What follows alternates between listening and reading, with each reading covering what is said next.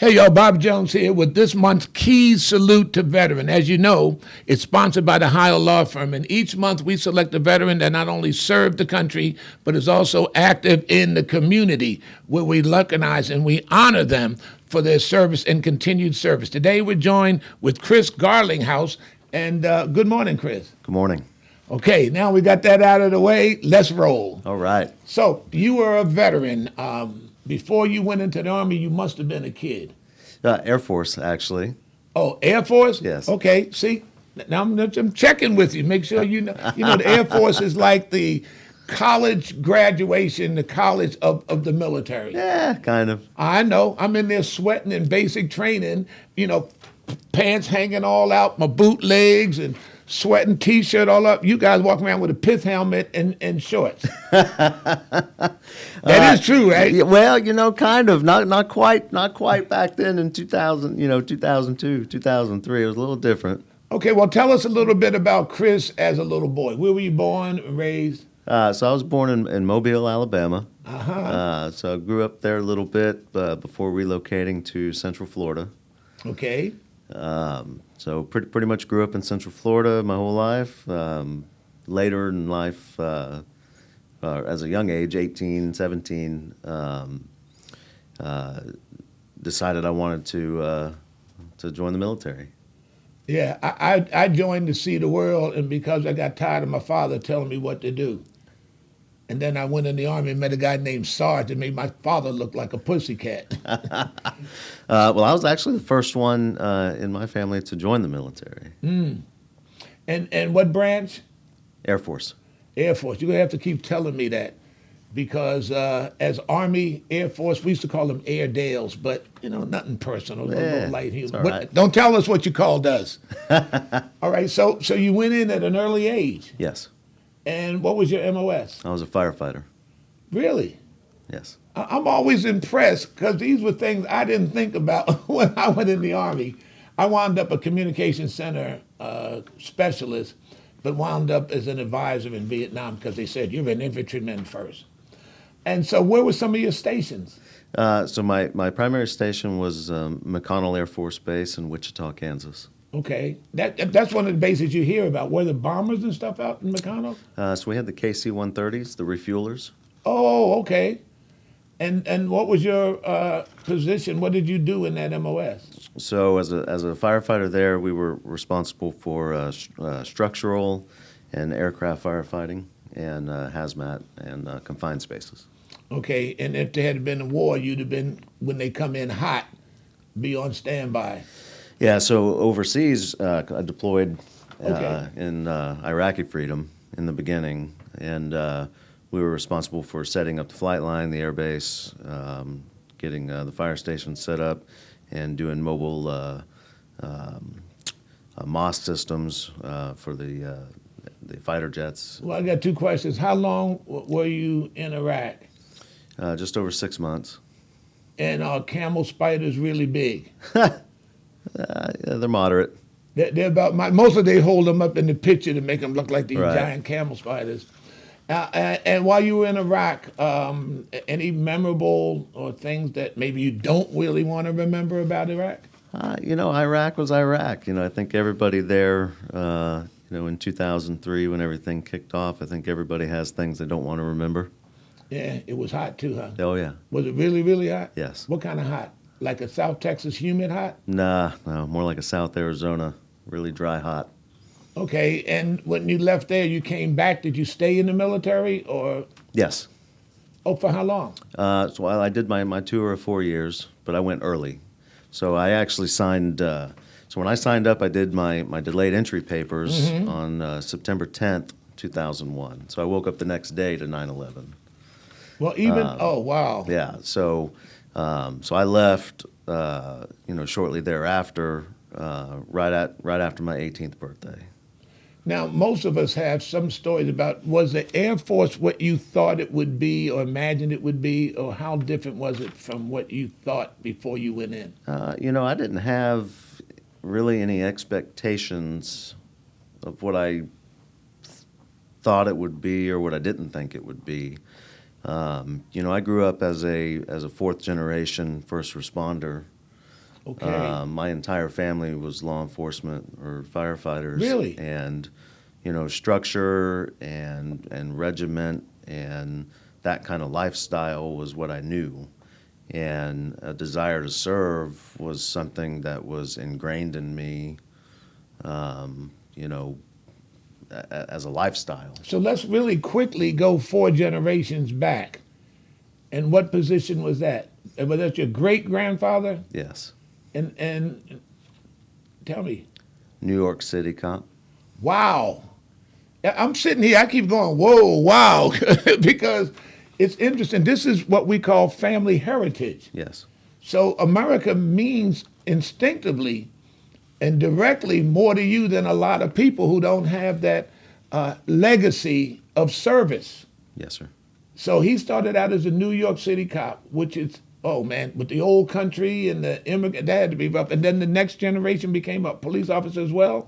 Firefighter Okay, which is also legendary. And then the next generation, would be my dad. Firefighter, then sheriff's deputy. and now you. Firefighter, then currently now a law enforcement officer of 20 years. 20 years of law enforcement officers. Okay, and so you're interested. You're just going to serve. So probably your son, do you have any children? You might have any children? I have 3 boys, and then I have 3 stepchildren, 2 sons and a daughter. Okay, so those boys pretty much are regimented to serve, to be boys, but to be able to express themselves. What is it that you think made this service thing so prevalent in your family? Did they ever tell you about it, or why? Or was it just gratitude to the country? I think I think it's a lot of gratitude, and I think I think a lot of it is just it's a selfless desire to put others first. Are they considered immigrants from where? So on my dad's side, they are immigrants from Italy, and then on my mom's side, they were German. Chris Garlinghouse. I got to remember that name because the last name is unique. Have you met anybody else with that last name? No. Nobody at all. Okay, so you hear stories of veterans who have had a hard time readjusting, but it seems to me that when you came back from Iraq, you just melded right in and started what you were going to do after that? Yes. And where did that take you? It took me to a very interesting and lifelong career in law enforcement. 20 years later, still going, no desire to stop. So you met your wife while you were in the service or after the service? After the service. So when you came back from Iraq, where did you go? What place? So I went back to Central Florida. And that's where I'm trying to find out where you met your wife. Oh, so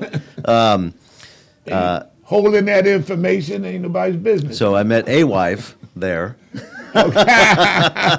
Okay. So I served with the local sheriff's office there for 13 years before going into federal service, and then I've relocated all over the country before landing in Corpus Christi about 5 years ago, and then I met my lovely wife now about a little over 2 years ago, and we've been married almost just a year. Oh, just a year. So you were really a newlywed again. Yes. Okay. So what brought you to Corpus Christi? Work. Yep. Work. Yeah, it's my last assignment. Oh, and this as a law enforcement officer. Yes. Okay. So you was fine. You were in law enforcement that moved about the country. Yes. All right. That would make you a Fed. Yes. Okay. See, I got that in. I told you to get that in. Okay. All right. And I'm going to leave it alone. Hit it and quit it is what James Brown would say. So if you had to do your service all over again and take the track that your life has taken, would you adjust any of it or change any of it? No, I wouldn't. But I can tell you this: when early on, after I got out, there's a lot of times where I wish I hadn't. I wish I would have stayed in. Okay. But I've had a lot of experiences, good and bad, but I don't regret any of it. And to take it a step further, also, about 5 years ago, to continue to serve and bring my passions to others, I started a small business, taking my experiences from areas where I volunteered in the military to assist other units, and then things that I've done in law enforcement. I started a business, it's called Sheepdog Canine Consulting, where I train dogs. Okay, and that's located? That's located right here in Corpus Christi. Sheepdog Canine Consulting. Okay, tell me about the business. So I train dogs for obedience, for law enforcement agencies, for search and rescue, I do seminars. We do anything from basic all the way up to advanced obedience. Some service work. We help our first responders. We help our veterans. Emotional support. All that kind of stuff. Where did you develop that skill set? So as far as some of the working side of the dog, well, let me take it a step further back. So as a child, my dad, working for the sheriff's office, our household was what you would call a foster home for the working dogs for the sheriff's office. So our household was in charge of basic obedience, socialization for the future police dogs. So I grew up training dogs for future work. Wow, what a way to reach back and take that skill. So moving forward in the military, I would help Air Force Security Forces with decoy work, catching dogs, helping them hide for different purposes. And then when I went into law enforcement, I went the route of becoming a canine handler and instructor. So most of my career has been in working dog work.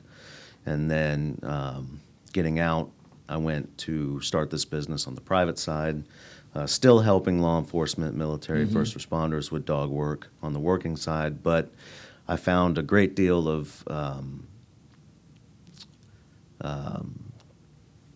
service in helping other people understand their dog's behavior and developing a bond between them and their dogs through obedience and just the passion for dog work.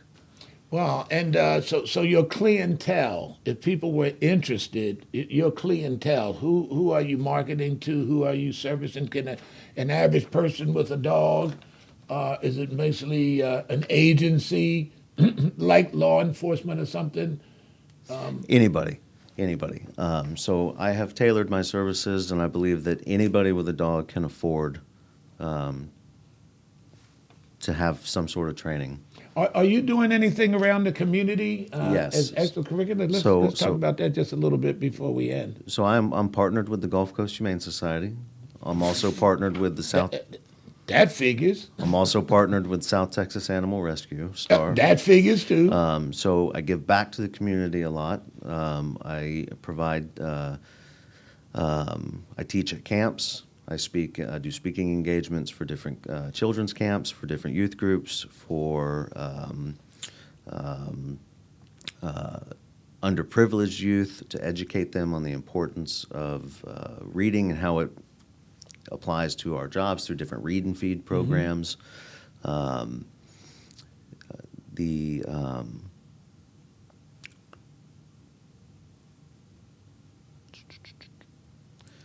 Well, it's just a lot. There's a lot of groups that I partner with for the purpose of giving back. But I make my programs, everything I do is custom tailored per person, per dog, because there's not a blanket program to train these animals. But in my partnerships with the other groups, there's an affordable option for everybody. Got you. All right. What's the highest rank you attained in the military? Senior airman. See, how many stripes is that? 3. That's 3? Hey, I went up and went down a couple times. Hey, but what can I say? Again, Chris Garlinghouse, we appreciate you taking the time, and it's an honor to honor you as our Veteran of the Month. Much appreciated. Thank you so much. You should be safe and be well. And that's it. Thank you for your service, and thank you for the attention. And I need to read this. Sponsored by the Ohio law firm, the Salute to Veterans, Key Salute to Veterans, that is. Take care till next time.